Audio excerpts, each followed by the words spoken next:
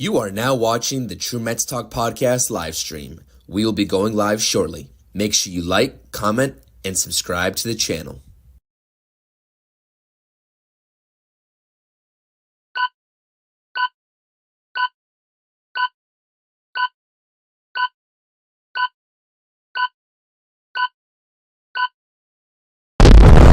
Down the right field, stumbling start for Stewart. Throws to deep left field by Alvarez, and that's going to go in 4 straight games for the second time. He's homered in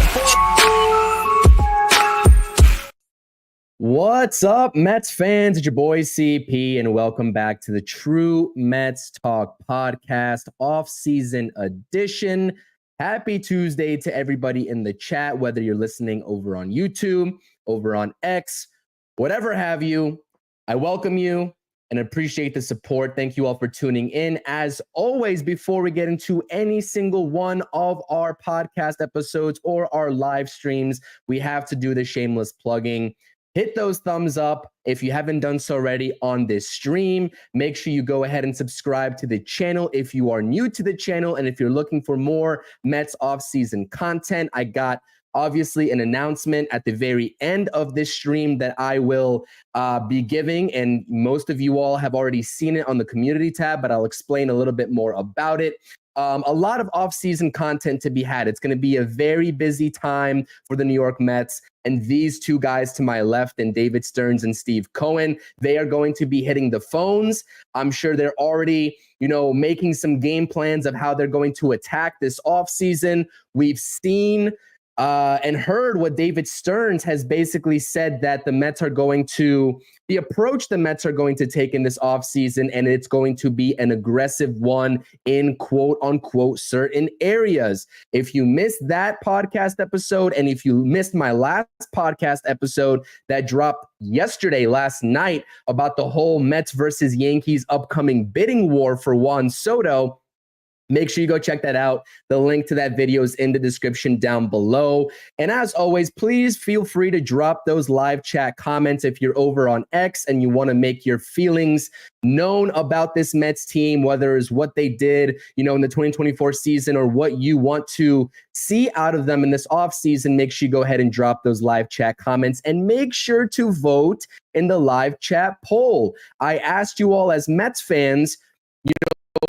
who do you think is most likely of the impending free agents? Because that's what we're here to talk about. The Mets impending free agents, whether the Mets are going to re-sign them, should they re-sign these players? Then we'll go over the list here in just a second. And who do you think is the most likely to be re-signed by the New York Mets? We got Nadine in the chat saying, hi, new hat. That's right, Lulu. I got my new postseason hat.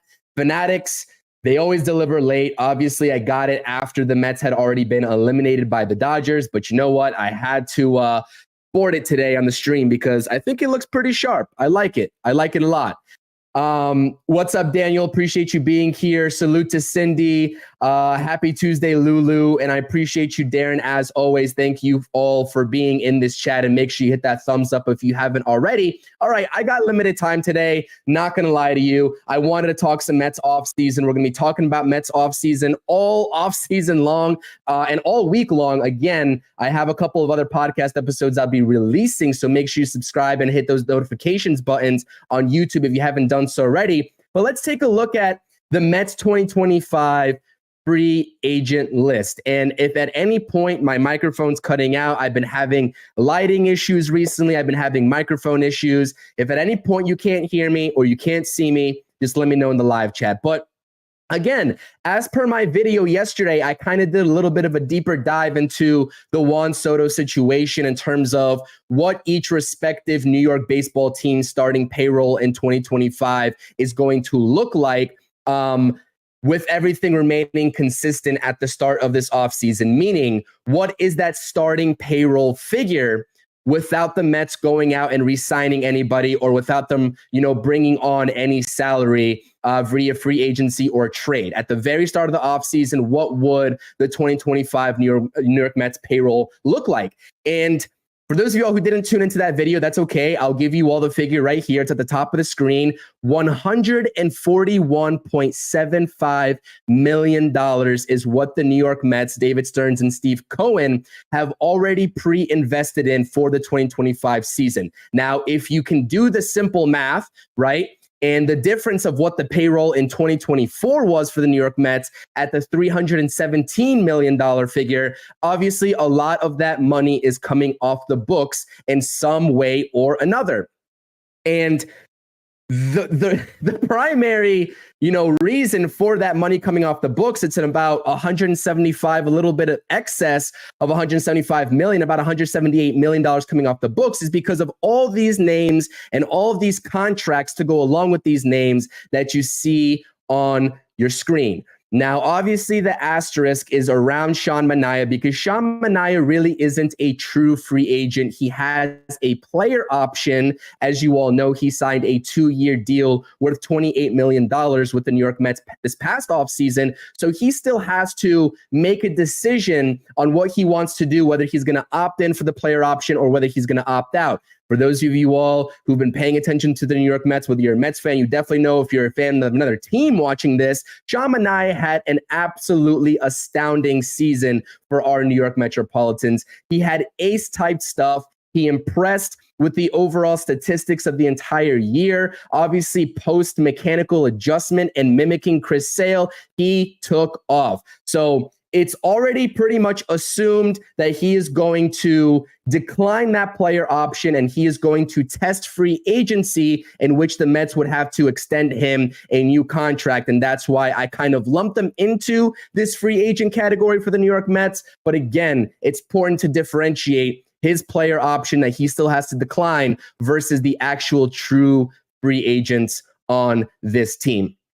If you go up and down the list, we'll be talking about some of these guys on this list. And at the end of this stream, I'll give you all, and it'll be highlighted in either red for I don't think they're coming back / I don't want them to come back, yellow in terms of potentially coming back. And I'll give my reasons within this stream, and you'll learn, and we'll talk about almost every single one of these guys throughout this podcast as we go along. And then in green, the guys at the end that I definitely do want to come back for the 2025 New York Mets and beyond. But you see, this is a pretty exhaustive list. There is a handful of pitchers, the starting rotation, and we'll take a look at what the Mets are working with in lieu of these free agents hitting the open market on the next slide. But going up and down the list, Luis Severino, right? Jose Quintana, that's 2 starting pitchers already in your rotation that were staples of this 2024 season that are going to hit the open market, presumably alongside Sean Manaea. Doesn't really leave too many names for the New York Mets to work with, starting in 2025. So they're going to be busy in terms of the internal promotions and also the free agent market, who we'll take a very brief look at the end of this stream, and we'll get into that. Ryne Stanek, Phil Maton, Brooks Raley, Drew Smith, and Adam Ottavino are your bullpen arms that are going to hit the open market as well. Again, we'll talk about that here in just a second. As for the bats, right? Some pretty notable bats that played key roles for the 2024 New York Mets. Pete Alonso, first and foremost, Jesse Winker, Jose Iglesias, JD Martinez, and Harrison Bader, also all hitting the open market. Now, again, this is pretty extensive, and this is the reason why, that $141.75 million figure is so very important. And as we go along this episode, just make sure to remember that figure in the back of your head, because it creates a lot of flexibility for the New York Mets to not only bring back, the guys that they select from this list, but also go out and sign the big name free agents, or I guess the mid-market free agents in terms of the contract valuations and what Spotrac is projecting in this free agent class.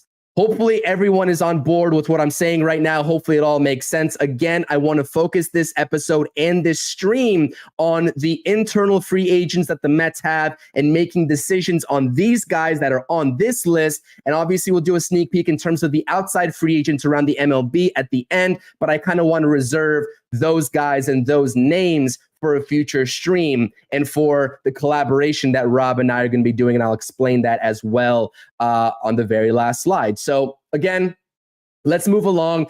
taking into account this list right here, and again, keep on spamming those thumbs up buttons on this stream. Keep on dropping those live chat comments. Again, I'm very limited on time today, so I'm going to kind of breeze through this, but I'm reading your comments as I go along, and I will go ahead and make sure to answer as many questions as possible. And again, drop those live chat comments. I definitely appreciate that. All right, this is what the New York Mets are working with, right? If nothing happens from now until the beginning of 2025. Obviously, that's not realistic. That's not feasible. And I'm not trying to scare anybody with this list, right? You have your pitchers, your starting pitching outlook on the left. You have your infielding outlook in the middle, and you have your outfielding outlook on the right-hand side. Not trying to scare anybody. The Mets are going to make moves. They're going to bring guys back, and they're going to sign free agents to backfill a lot of spots. And with this list, the reason why I wanted to go ahead and make this a part of this stream is that when you take a look at the plethora of names on this list, even given that free agent list that we just saw in the previous slide, there is a lot of, I guess, space, or not a lot of space, a lot of traffic in certain areas of this team, and in certain areas of this team, excuse me. By that, I mean basically the infielders. The Mets are going to have to find out a true, working scenario of all the names that you see in the middle. And with that, I'm not going to get into any trades that we might see in this offseason. I believe Rob's got you covered tonight with the trades, and we're going to be talking about trades all offseason long. I think Rob's going live at 7 p.m. today for Mets Talk Live, so make sure you go ahead and show him some love after we're finished up over here. But listen, this is your 2025 New York Mets outlook. And obviously the guys that are highlighted in red, don't have any Major League Baseball experience as of yet. And they are prospects that, I chose the guys that basically appeared in AAA at some point last season.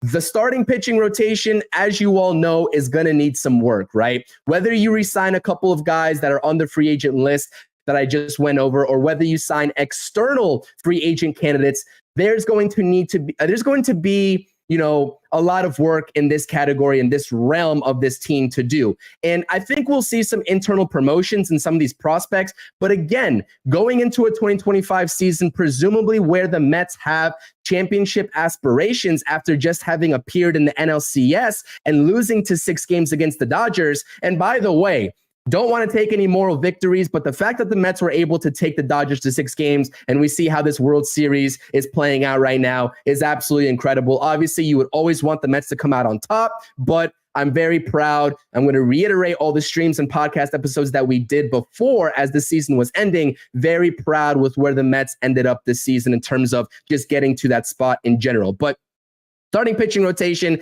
if the season were to begin today and we fast forwarded and skipped over the entire offseason, Kodai Senga, David Peterson, Christian Scott, Paul Blackburn, hopefully nobody forgot about Paul Blackburn, went down with that lower back injury, and I believe he is under an arbitration year, or I forgot exactly what it is, but he's under contract for the 2025 season for the New York Mets.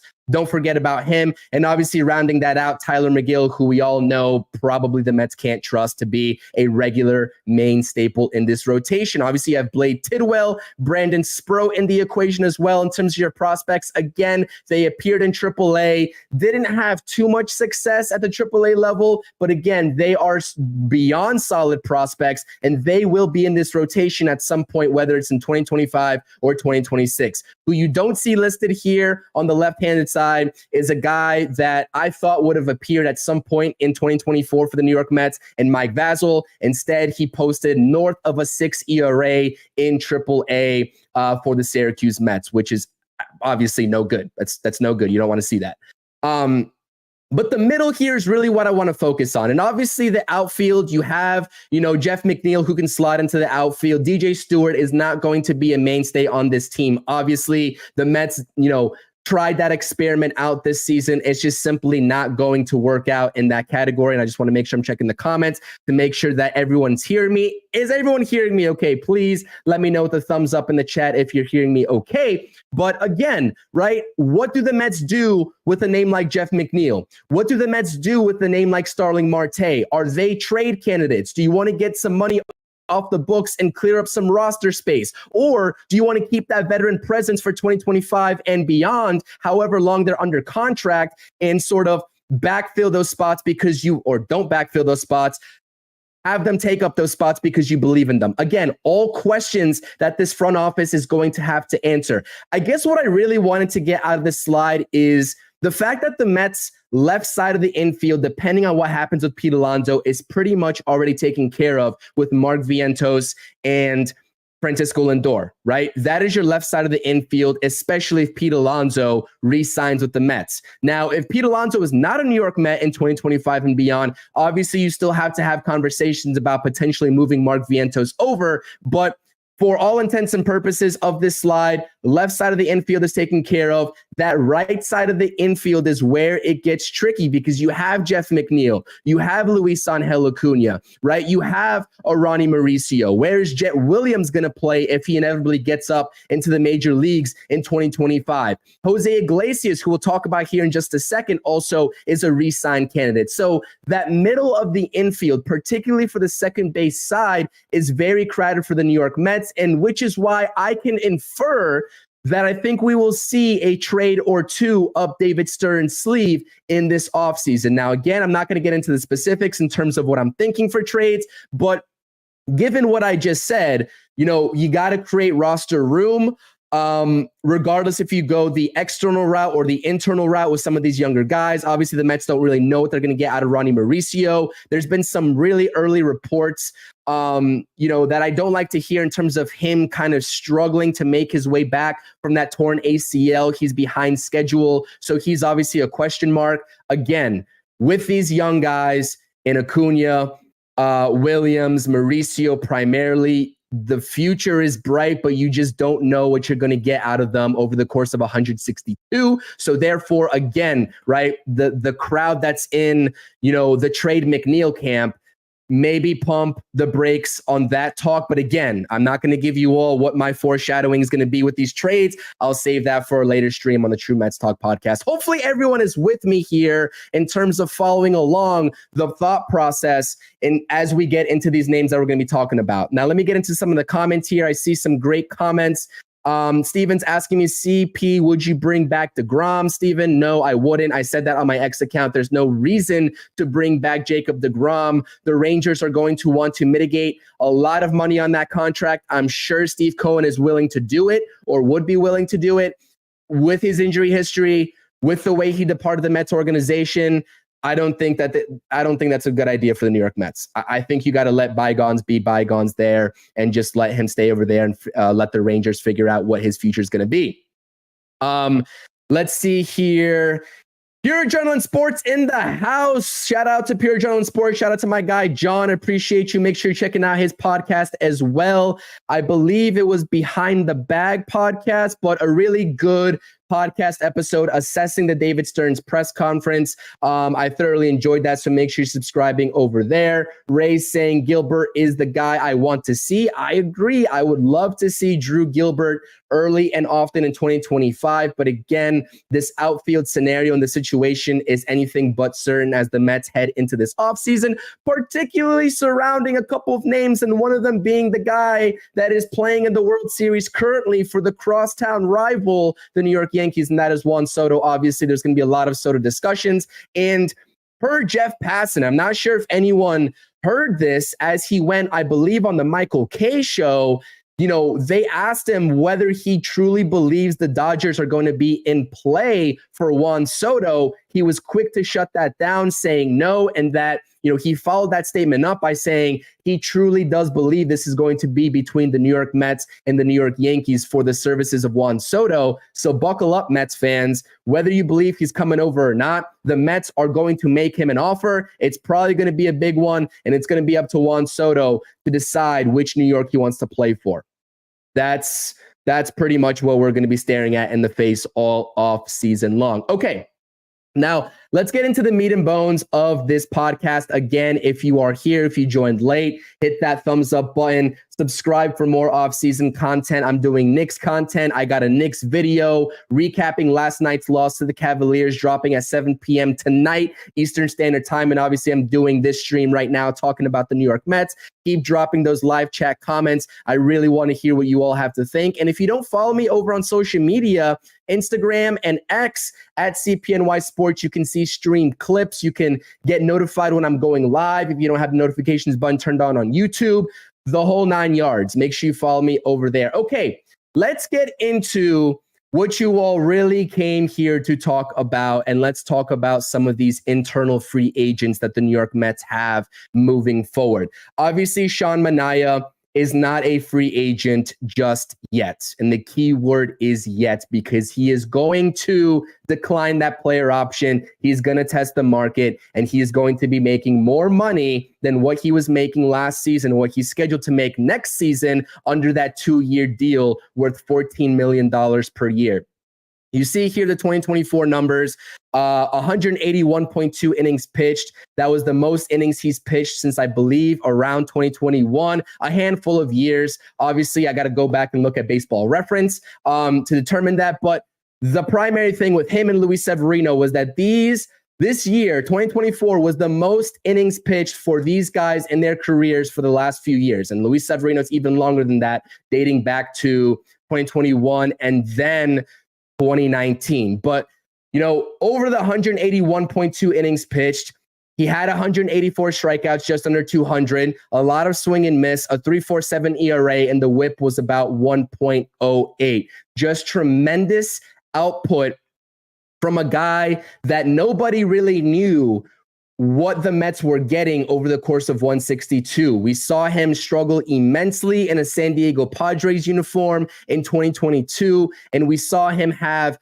a tale of two halves in a San Francisco Giants uniform in 2023 when he got kind of moved from that starting rotation over to that bullpen. The Mets and David Stearns and Carlos Mendoza entrusted in him to be a starting pitcher from the start for the New York Mets. And guess what? I wouldn't say gamble, but their gamble at that time paid off because he absolutely took off. Now, what could Sean Manaea, what is he in the market for, right? I just told you all that Sean Manaea is scheduled to make about $14 million per year if he were to opt into this current deal. As I take a look at this free agent class, especially with the starting pitchers, and again, I'll give you all an outlook in terms of some of the names that are going to be out and available on the market. There's not many lefties that are going to be on the market. There's really not. Sean Manaea and maybe one or two other lefties that are actually, worth long-term contracts are going to be out there for the taking for other teams to sign. And that price is going to be just driven up automatically. So I would expect Sean Manaea's AAV to start somewhere around $20 million per year. And honestly, if a couple of teams like what they saw, his adjustments, the overall numbers, his stuff in terms of the sinker sweeper combination in 2024, they could get into a mini bidding war, right? Where there's going to be a lot of bidding wars, I believe, amongst teams this season in this free agent class across the board. None bigger than for Juan Soto. But Sean Manaea is going to get interest from multiple teams, and the price is just going to go up. And unfortunately, right, with him being a free agent, the Mets are going to have to match the highest offer, which I'm sure they will do because of this slide right here.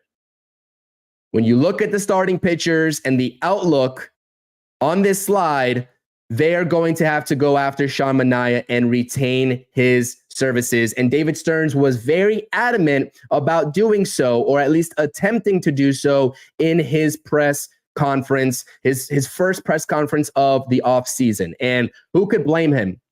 Who could blame him? Sean Manaea, an absolute warrior. There were times where he got into trouble in the fifth inning. Carlos Mendoza went out there, but he didn't pull him. And guess what? Sean Manaea came through. You started to see a little bit of that fatigue in the postseason. He didn't have the best of postseasons. Naturally, that's going to happen when a guy hasn't pitched anywhere near 180 innings. over the last couple of years of his career. But all in all, from start to finish, from April to the end of September, before the playoffs, Sean Manaea was the ace of the New York Mets. So I'm asking you all, if anybody has any sort of numbers in terms of a contract that you all would give him, please put it in the chat. I'll toss a couple up on screen. I'm going to tell you all this right now.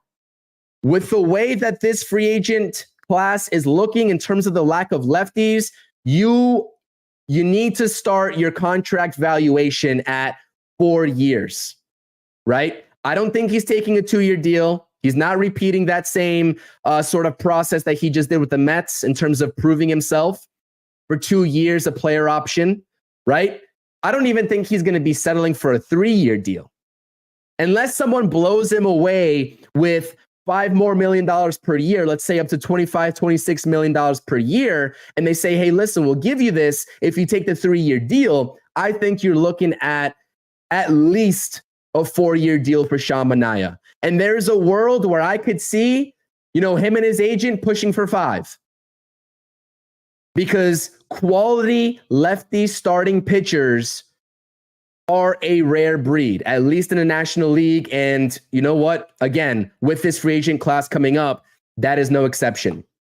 So now I'm not limiting him to just the National League, but I'm just talking about in terms of what we saw in 2024 from National League pitchers, aside from Chris Sale, I don't even want to go up and down the list in terms of premier lefties in starting rotations, but Sean Manaea was up there. He was definitely top 3 in my estimation. So again, he's going to be making a pretty penny. And I would expect, I get it. Everyone wants to give out 3-year deals. Long-term deals for starting pitchers are risky. We've seen a handful of 4 or 5-year contracts already given out to pitchers over the past couple of years that simply, look like they haven't worked out in the early goings of their respective contracts. But at the end of the day, if teams are desperate for a lefty starter, especially a quality one that has proven he can pitch 170, 180 innings, get swing and miss, and be maybe even a co-ace or at worst a number 2 or 3 in your rotation, he's going to be getting 4-year offers for sure. Make no mistake about that. Anyone have any guesses in terms of what you would give Sean Manaea or what he is going to get? I'm curious. Again, there's no market value from Spotrac right now in a contract because he hasn't denied his player option yet. I'm sure as soon as he does, we're going to get one from Spotrac and their algorithms. But I would say 4 years, anywhere between 20, maybe even $25 million, which would put him at a 4-year, $100 million contract. I mean, maybe 4 years, $90 million. If you can get him and his agent to sign a bargain deal, that's what I'm initially thinking. That's a rough estimate. That's a rough estimate for me. But I'm curious in terms of what you all think. Anybody have anything in the chat? Junior saying 3 years for $63 million. Yeah, I mean, again, if you are able to get him down to 3 years, I'm sure that would be great for any team that is, putting the pen to the paper with Sean Manaea. But again, if you're going to give him 3 years, I really do think you have to blow him away with an offer and you have to tack on a couple of $1 million. And that 20 to 21 goes up to maybe 24, 25. We just saw Sonny Gray this past offseason sign a ridiculous deal with the Cardinals for 3 years, $75 million. There's no way that Sean Manaea is going to take anything less than that. And I know it's lefty versus righty, but again, that just plays into the advantage of Sean Manaea for more money. Darren is saying 3 years, $70 million. Let's see here. Marcus is saying CP, I'm predicting Manaea will wind up with the Angels 4 years, 60 mil. That's too light, Marcus. 4 years for 60 mil is too light. Ray's saying 3 for 65.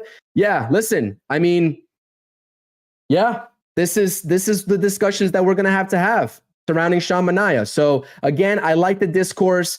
Vincent saying 20 million around for 4 years. I agree, anywhere in that ballpark, maybe 21, 22. But I really do think that, with this, starting pitching market and free agency, he's just going to rake it in, man. And I really do think it's in the Mets' best interest to re-sign Sean Manaea.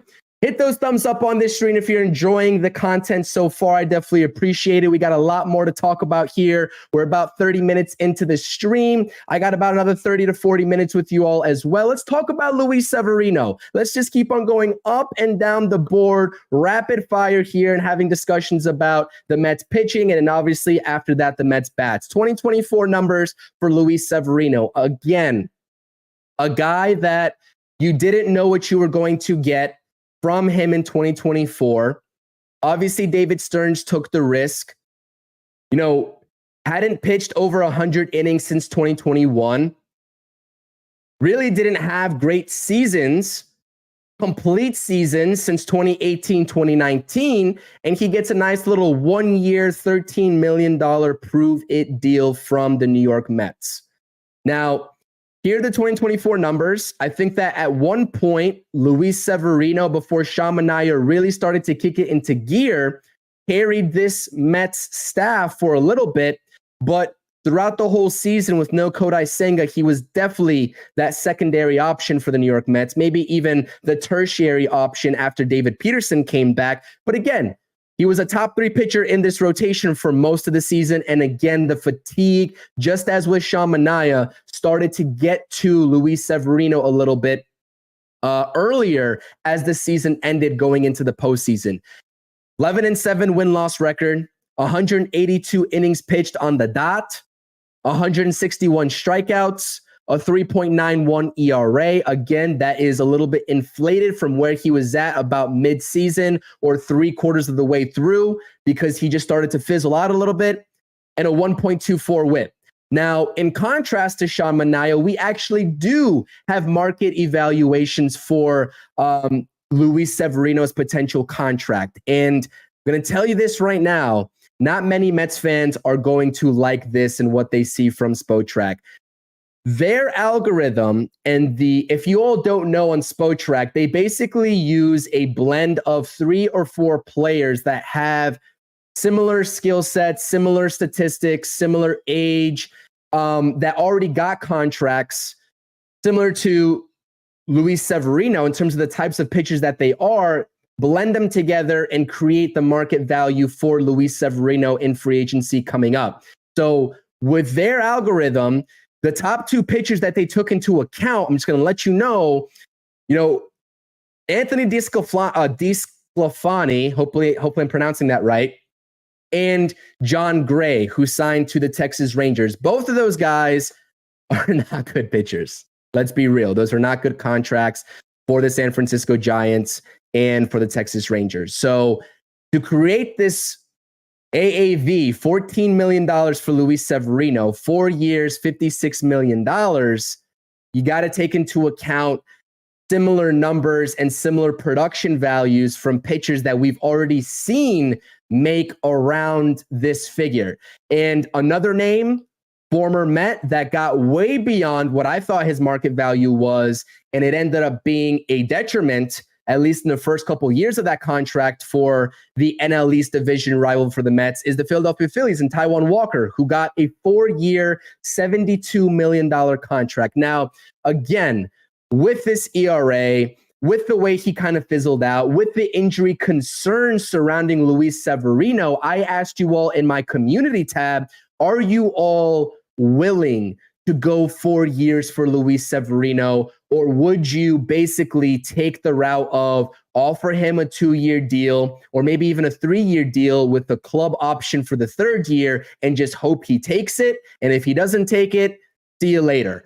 What are you all thinking for Luis Severino? Obviously, make your feelings known here in the live chat and make your feelings known in the community tab on the poll. But this is a very interesting topic. Obviously, Luis Severino was an integral part of the 2024 New York Mets season.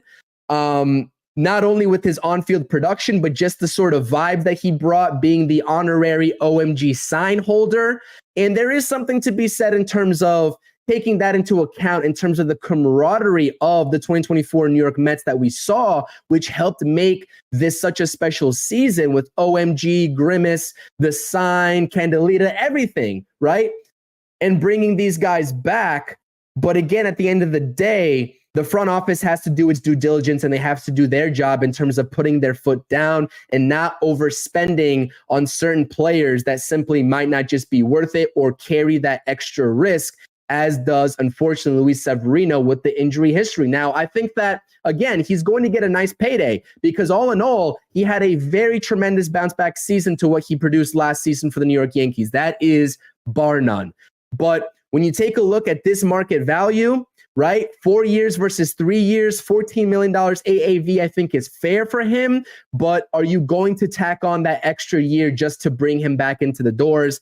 That's where I'm not so sure about. So again, let me know your thoughts and opinions. Moving on, talking a little bit bullpen here. Ryne Stanek, this is a no-brainer for me. You got to bring him back. Market value at around 1 year, $2.6 million. Obviously struggled in the entirety of the 2024 season, really struggled to find his footing with the New York Mets organization in terms of when he was brought over, in terms of what role he was going to take on, whether it was going to be low leverage innings, a sixth inning role, a setup role, or a closing role, right?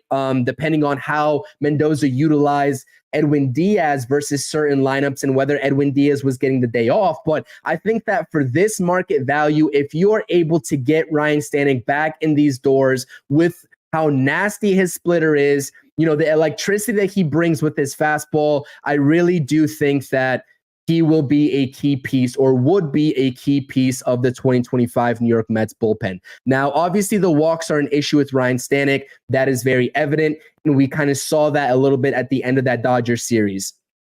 But the strikeout, you know, rate that you get with him, his ability to find swing and miss underneath opposing hitters' bats, especially with that splitter, is something that not many guys in this league can replicate. And I know that they also, the New York Mets being the team that found lightning in a bottle with another nasty split finger fastball type guy in Reed Garrett, these two guys in this bullpen alongside Edwin Diaz would do absolute wonders. So Spotrac's market evaluation is pretty fair for Ryne Stanek. 1 year deal around $2.6 million, which I would believe that's a steal. I would definitely, you know, I would pull the trigger on that. I'm not going to lie. Ray, 3 years for Ryne Stanek is a lot. I'm not going to lie to you. I think that's a little bit exaggerated. I'm a bigger fan than most people, you know, of Ryne Stanek's, but we have to be sort of realistic in terms of relievers, especially those that are getting up there in age. We just saw with Adam Ottavino when he signed that 1 year, $4.5 million deal, basically a contract extension with the New York Mets this offseason. Relievers don't really age like fine wine. So you got to be careful here. You can't overspend. I think 1 year, anywhere near 2.6, you can go up to 3.2. Maybe even you can go up to 3.5. I think that would be my limit for Ryne Stanek. But again, with how electric he is, you definitely got to bring him back. You definitely got to bring him back. And I agree, Armand Stanek is not getting 3 years from anybody. Again, he posted a 4.88 ERA. The whip was over 1.3. Got to be realistic. But I think that with his stuff, he's definitely a re-sign candidate. And I would definitely bring him back on board. Another name that I think a lot of Mets fans, including myself, for the entirety of the season forgot about is Brooks Raley, right? He appeared in, I believe, 7 or 8 games at the beginning of the 2024 season before the Mets lost him. I believe it was an elbow injury for Brooks Raley that ended his season. He was on an immaculate pace, 7 innings pitched over those first 7 or 8 games, no earned runs given up, a .71 whip. And he's really that lefty in the bullpen that the Mets failed to replicate, right? Nate Lavender in the minor leagues went down with a season-ending injury. Obviously, Alex Young and Danny Young were the mainstays of the bullpen as far as lefties go, but they just simply couldn't match that 2023 production from Brooks Raley. And it wouldn't be fair to sort of post his limited numbers in the 2024 season, although they were spectacular. But in a complete sample size, in 2023 from Brooks Raley, 54 2/3 innings pitched, a 2.80 ERA, 1.26 in the whip category. The walks are still an issue, right, with Brooks Raley, but the strikeout percentage is still above league average. At least we saw that was the trend in 2023. But a lot of people don't realize when you talk about lefty bullpen guys, they're thought of as lefty specialists, so to speak. And while Brooks Raley was pretty good against lefties in the year of 2023 last season, or 2 seasons ago now, he was actually a lot better against right-handed bats. So again, you go to the Savant page, you look at the splits from Baseball Reference, not many people know that. A lot of lefties in this league are thought as lefty specialists in terms of going lefty on lefty, which is why I absolutely despise that narrative. It's a player-by-player basis, but Brooks Raley actually did a lot better in terms of the splits against right-handed bats than he did left-handed bats. And his Spotrac market valuation is a 1-year deal worth $2.4 million. Not going to lie, there's a lot of lefties in terms of the bullpen category and the relief market in this free agent class. But if the Mets aren't able to strike a deal with any of those guys, Brooks Raley for this price right on your screen is someone as a fallback option I would definitely take another chance on for sure on a short-term deal. And I think, again, with him being lost for the season, the unfortunate injury that made him miss the most of the 2024 season. A lot of people do forget about how good he was for that debacle of a 2023 Mets team. But, successful bullpens need that dominant lefty. And I think that Brooks Raley, even though he's getting up in age for this price, could certainly play a key piece and a key part of the 2025 Mets if the Mets decide to strike a deal with him and bring him back. Let me stop here and take a little bit of a sip of my drink. I'm kind of rambling on here and we got a lot to go over, so I apologize. I'm going to kind of speed things up, and I also want to sit here and read some of your comments. All right. I think Junior is saying 2 years, $6 million for Raley. Again, with these evaluations, they're not perfect. The algorithm that Spotrac puts out there is not perfect. But anywhere in the ballpark, maybe if you're off $500,000 or $600,000, I think it's a fair assessment. So a 2-year deal for $6 million, I think is fair. But for a guy that's coming off of such a major arm issue and an arm injury, I'm not really sure if the Mets would feel comfortable tacking on that second year, especially with his age. I mean, a lot of people forget that this guy is 36, I believe, going on 37 as well. And again, as I just mentioned, relievers don't age that well unless they're an anomaly. So I would be hesitant for 2 years, but I see where you're going with that, Junior. I see where you're going with that. I think Ray was saying 3 for $65 for Luis Severino. Ray's saying not 4. Nope. I definitely agree with that.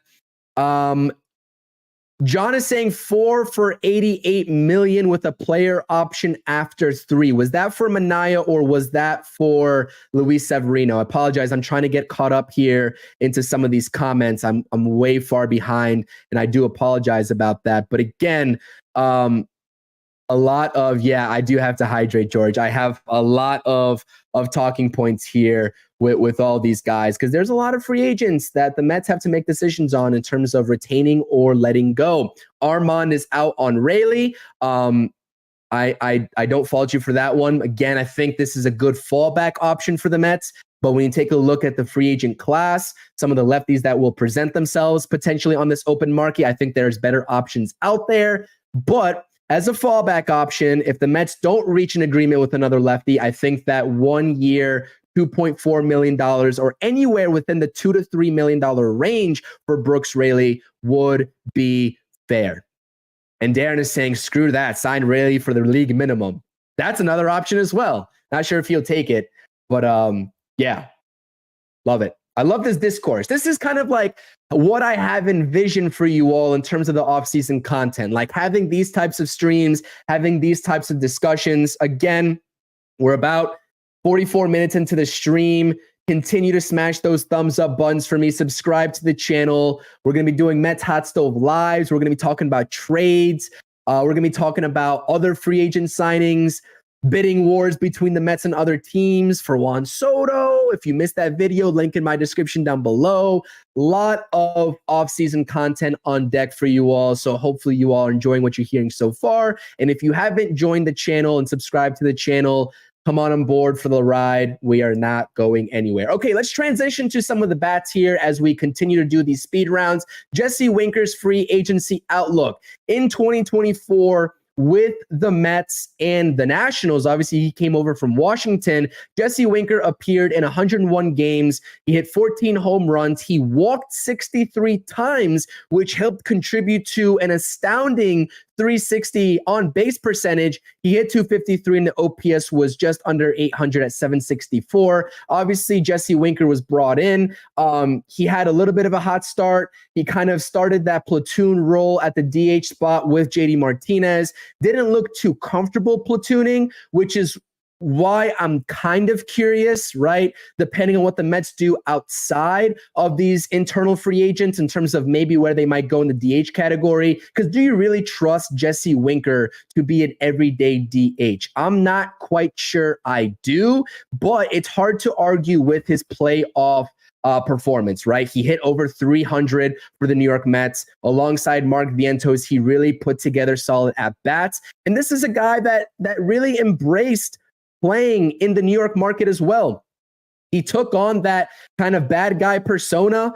We saw the game winner, you slamming his helmet. I mean, a lot of energy going back and forth with Willy Adames in the wild card series. I mean, I would definitely love to have this guy back on the team. But in terms of what the Mets have planned for the DH spot, and no, before anybody asks, it's not going to involve JD Martinez. At least I hope it isn't. You know, Jesse Winker is a little bit of a unique situation. And you see here his Spotrac market valuation. Again, for this value, if Jesse Winker puts pen to the paper for this right here, given what he just did for you in the playoffs, I'm doing that all day long. At the very minimum, you have a very competent lefty bench bat, and that is already a leg up on a lot of other teams in this league. So 1 year for $2.4 million, anywhere around there. I believe he signed a 1 year, $2 million deal with the Nationals this past offseason, right around what he signed for last offseason. I think that he definitely has earned himself an extra $1 million, right? With his production all season long. I think it was a respectable season output over 101 games, but really that playoff production, the on base, the ability to get on base, right? And I take a look at that game against the Phillies in game 1 against Zach Wheeler, when everybody was chasing that high pitch and nobody could touch it. And Wheeler was throwing it out of the strike zone. The lone guy from the very start in the Mets lineup that wasn't chasing after that pitch and was taking his walks when Wheeler was giving it to him was Jesse Winker. So I definitely, if this is the price, I'm definitely doing it. Ethan saying Winker must come back. Winker 1 year, $3 million. Darren is saying Winker one year for $2.5 million. Marcus is asking, CP, do you or anyone on this stream know when Vlad Guerrero's arbitration hearing will be? I will explain why this is relevant. I'm assuming if Pete Alonso walks, you'd like to see the Mets maybe strike a trade for Vlad Guerrero.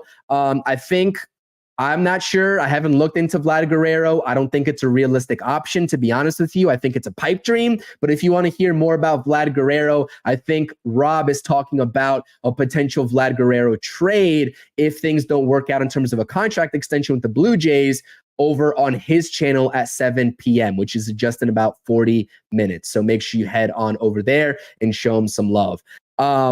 But yeah, I see where you're going with that. George is saying pay Winker, our badass. Jeremy's saying Winker needs to be back. Yeah. I agree. I think Winker, if you bring him back, again, I'm not really sure in terms of if you slot him in every day at the DH position. But at the very minimum, that's a very competent lefty bench bat. How about Mr. OMG himself?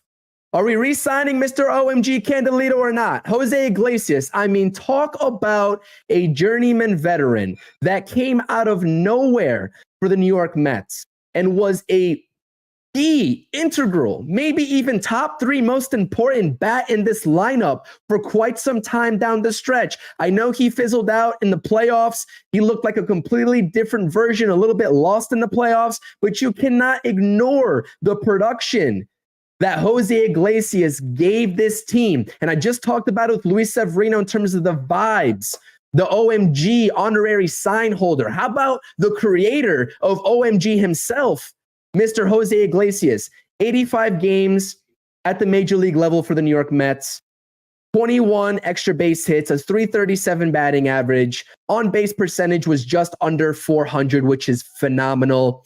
And for a guy that doesn't really hit all that many extra base hits, I mean, you talk about 4 home runs, I believe 16 doubles, and 1 home run was what that 21 extra base hits number was comprised of. An 830 OPS is absolutely phenomenal. And his market value from Spotrac is 1 year, a 1-year deal. Again, he's getting up there in age. He's going to be 35 years old by the time I believe the 2025 season comes around. 35 years old. Hopefully I said 35 and not 25. 35 years old, you're not going to give him a multi-year deal. I'm sure maybe some team is desperate enough and they saw what Jose Iglesias meant to the Mets, and I'm sure some team will offer him a 2-year deal.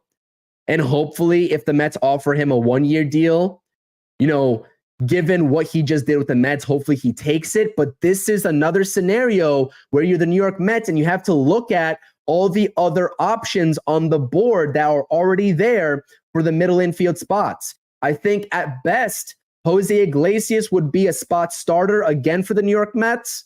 And definitely that righty bench bat off the bench, veteran presence. Can you imagine a bench of Jesse Winker and Jose Iglesias? I know I'm getting ahead of myself, but that would be phenomenal. But again, you have to take into account Ronnie Mauricio, right? Jeff McNeil. What are the Mets going to do with Jeff McNeil? Luis Angel Acuna, who for a couple games there looked like he was unstoppable with the bat, right? In the absence of Francisco Lindor. All of these things are going to go into the conversation room between David Stearns, this entire front office, and Steve Cohen, and sort of play into whether or not they bring Jose Iglesias back for the sake of bringing as many guys as possible from the magical 2024 New York Mets. And just with the production alone, I mean, let's not act like this guy's a scrub, right? He didn't even play Major League Baseball in any organization in 2023. To see these numbers right here on your screen is absolutely phenomenal, especially for just over $1.5 million.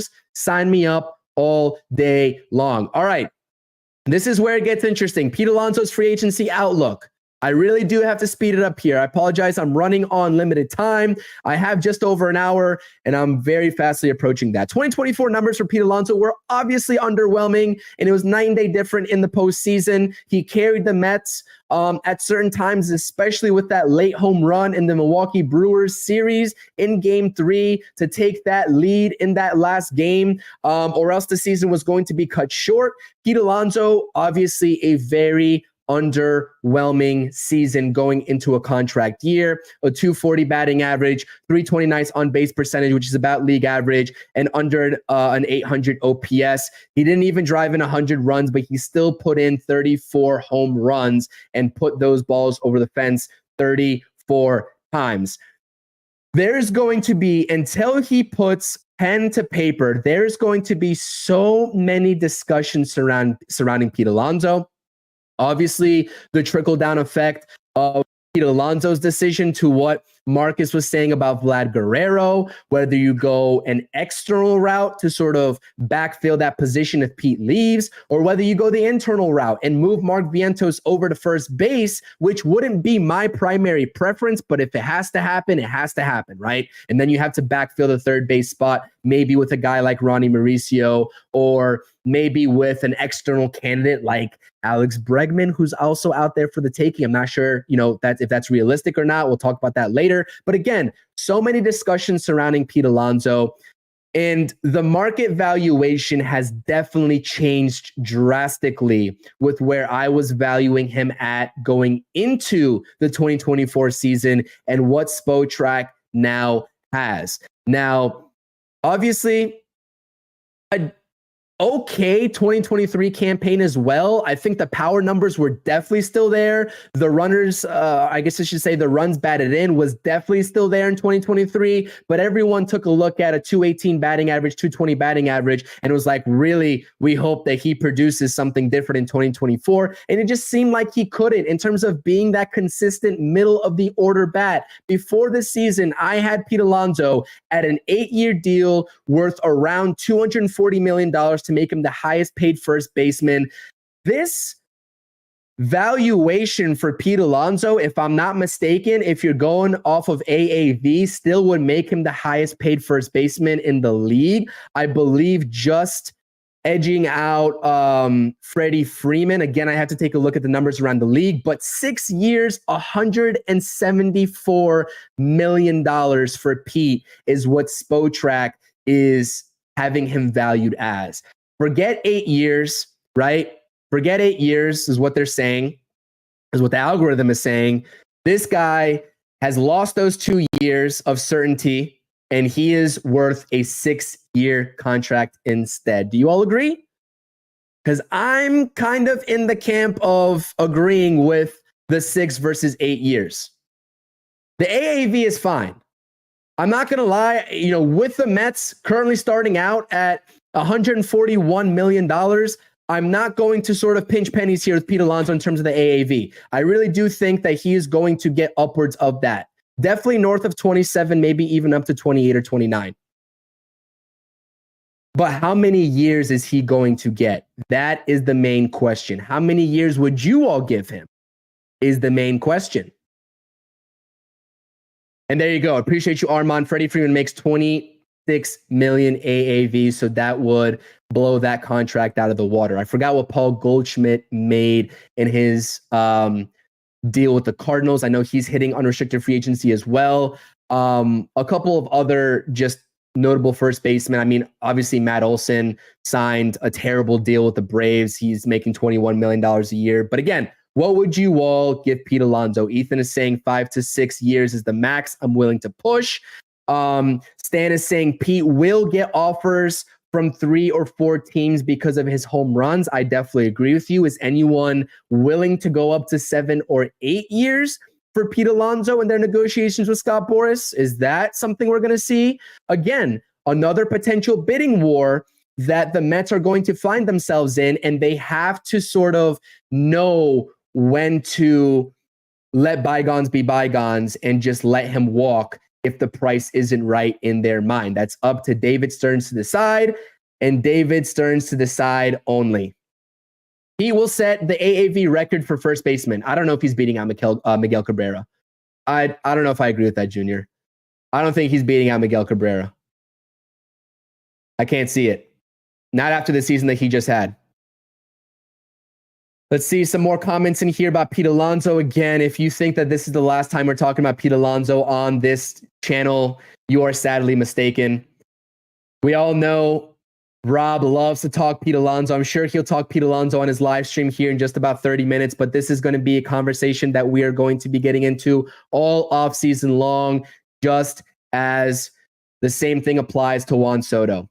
Will Pete Alonso be back? Junior's saying 4 years for 125. I think he's going to get offers for 5 or 6 years, maybe even 7 years from some team out there. And it's just up to the Mets to decide if they want to go that far with him. Lulu's saying bye, Pete and Boras. Again, I'm not as confident in the Pete Alonso situation as I once was. I guess that's what I'll leave it at. I'm not as confident in this Pete Alonso scenario as I once was. Game is saying a 6-year contract is an insult for the franchise's all-time home run leader. You're certainly welcome to think that, but again, David Stearns has shown a willingness to not take the same route that Billy Epler did because of previous accolades, right? We can talk about some of those moves. So if we're depending on Pete Alonso's previous accolades to get him to that 7 or 8 year deal mark, not quite sure we're going to get there. I really don't think so. And Junior saying if he gets more than 5 years, then he's gone. So many good comments in this chat, by the way. Shout out to you all. Armand is saying Goldie's deal was 130 million worth 5 years. So there you have it in comparison to what this evaluation is for Pete Alonso. So as I'm speeding through again, please make sure to hit those thumbs up buttons on this stream. Subscribe to the channel if you're new here. Keep voting in the live chat poll and vote in the community tab poll, and keep dropping those comments in the comment section. Appreciate you all being here. It means a lot. It's always great to talk Mets offseason baseball, isn't it? In terms of what they're going to do in this massive offseason. And I'm so confident in what they're going to do in terms of this flexibility, as David Stearns has noted in his press conference, right? That financial freedom that they have and that wiggle room that they have, this is going to be a special offseason. Now, a lot of people, and again, I don't want to get too deep into this, but I figured, right, let's go out there, and this is a name that I've heard a lot of people comparing and contrasting in terms of, would you bring in a guy like Christian Walker on a shorter term deal because he's 33 years old in comparison to Pete being 30 years old, you know, to backfill that position. And you see here the 2024 numbers for both of these guys, and you see here at the bottom of the screen what their market valuation is in terms of what their next contract is going to be. Christian Walker in 130 games hit 251. The on-base percentage was slightly better than Pete's. The OPS was better than Pete's. The RBIs was roughly the same, and obviously Pete Alonso hit more home runs. And what you get from Pete Alonso, and I think that I can say confidently that Christian Walker, I would take his defense, especially when you take a look at the defensive run saved sabermetric over Pete Alonso. I'm not saying Pete Alonso plays terrible defense by any stretch of the imagination, but in terms of the advanced analytics, 2024 in the defensive category was more so a down year for Pete Alonso than 2023 was. I think you get a serviceable glove with either of these guys, but I think Christian Walker has that advantage in terms of the defensive category. But aside from that, right, when you take a look at these guys and their ability to hit the gaps, their ability or lack thereof to drive runners in when they have runners in scoring position, and take into account their durability. Christian Walker, for the most part, over the last few years has been durable. Obviously, he missed 32 games last season, and Pete Alonso played all 162 games. Pete Alonso as durable as they come, unless he gets hit on the hand, and in which case we know you can't control that, but he has been hit on the hand, in the face, you know, over the last few years, and he's been a warrior, and he's gotten right back up and, you know, took a couple of games off. And again, most guys would take a week, 2 weeks off, and Pete Alonso's back out there 2 to 3 games down the road. But when you take a look at their production, the trajectory, their age, the defense, everything combined, and you take a look at 3 years potentially worth $66.2 million for Christian Walker versus 6 years, $174 million, and what Spotrac is projecting each of these guys, there is a little bit of a debate to be had. I'm not going to give you my answer. I could make a standalone podcast episode about this. Again, I'm running a little short on time. I don't want to get into this too much. Actually, you know what? You have my word. I will make a standalone episode about this, and I'll talk about Christian Walker versus Pete Alonso, because that seems to be the most popular sort of name to throw out there instead of Pete Alonso if he walks, to bring in a guy like Christian Walker. So again, this is your outlook for those of you all who didn't feel like searching the numbers yourself. And I don't blame you, because again, I'm a big Pete Alonso fan. I really hope he does come back. I think it has to be for the right price, or else David Stearns won't budge in his negotiations with Scott Boras. And obviously you want to keep the homegrown guy, but you have to evaluate all options, and that's what the Mets are going to do. So this is exactly right. This is a carbon copy of the free agent list of what I had at the beginning of this stream. This is color-coded. Red obviously means I don't think they're going to be back. I don't want them back. Jose Quintana, as good as he was, I don't think he's coming back. Phil Maton, no thank you. Drew Smith, unless he signs a super cheap deal, I don't see him coming back as well. Obviously, unfortunate injury as well for Drew Smith in 2024, but I don't see him coming back. JD Martinez, Bader, and Ottavino, no thanks. Manaea, Stanek, Alonso, Winker, and Iglesias, I definitely want back 100%. Bar none. Get those deals done. I think that you have to prioritize those guys. And again, there is a method to the madness in terms of how you go about doing that. But if I had my preference and I had my wish list with this list, Manaea, Stanek, Alonso, Winker, and Iglesias would be 2025 New York Mets. They would be on this team. Now, as we mentioned with the money situation and just the overall years, I have highlighted in yellow Luis Severino and Brooks Raley. For the right price, for the right amount of years, these are two guys that I would be interested in bringing back. But again, just as the guys highlighted in green, if the asking price is just way above and beyond, listen, the Mets are going to have to overpay at some point, right? This is how free agency works. This is how supply and demand works. There's going to be situations where the Mets have to overpay. They have to field the roster at the end of the day. But you have to pick and choose your battles if you're the New York Mets. That's what David Stearns has to do. So this is my list. Who do I want back? Who I want back at the right price, and who I don't want back. That's my list. And I appreciate that, Ray. It's a good list, CP. All right. This is a slide that I don't want to expand on too much because when I announce my next slide here, I got about 5 more minutes with you all. Free agency. There is an entire list of available names hitting the open market. And obviously, each position category is going to be headlined by certain guys. Juan Soto, Teoscar Hernandez, and Anthony Santander with the bats. You have Alex Bregman and Willy Adames as well. In terms of the bullpen guys, you'll have Tanner Scott, AJ Minter, Matt Moore, Aroldis Chapman, as we talk about lefties. And then the list goes on and on and on. And in terms of the starters, Corbin Burns, Max Fried, Jack Flaherty, and the list goes on and on as well. But I don't think that this starting pitching market is as plentiful as we had originally thought. And that's why I really do hope that the Mets are able to bring back Sean Manaea. And I really do hope that Luis Severino is able to temper his expectations in terms of a contract extension, because from this list, outside of maybe a guy like Corbin Burns, maybe, I don't even want to say Shane Bieber. Again, we'll go into this, but again, after those top 5 guys, you're really taking a huge risk on a lot of these names. But again, this is going to do it for me. Running a little bit short on time. Mets Hot Stove Live podcast between myself and Rob is going to be going down all off season long. The first episode will be live streamed, just like the pregames and the postgames were, to both of our channels. We'll be talking about trades, free agents, everything. Hirings, maybe if the Mets make some coaching staff personnel changes, we'll be talking about it all. And the very first episode will be live on both channels the day after the World Series ends. So if the World Series ends today and the Dodgers sweep the Yankees, we will be live with the first episode tomorrow. So make sure you turn on those notifications. I'm super excited to talk Mets offseason baseball with you all off season long. It's going to be a great ride.